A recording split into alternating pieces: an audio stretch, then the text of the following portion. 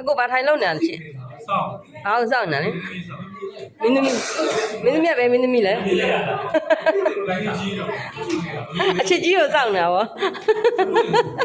ပြုံကြီးနဲ့အေးဒီမှာထိုင်ပြီးတော့အချစ်ကြီးကိုစောင့်နေတာလေနင့်မဟုတ်ဘူးလေဘယ်လိုလုပ်မလဲရှင်းတယ်ပါခေါ်လို့သမီးရတယ်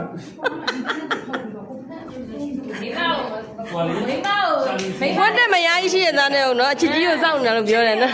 ပြစ်တင်လာပြောကြော်ကြရှင်းဖြစ်တင်လာခုတော့ပြစ်တင်လာပြောဟဲ့လွဲ့ဝိုင်းခေါင်းခါနေဘလို့ခါလားဘလို့ခါလဲ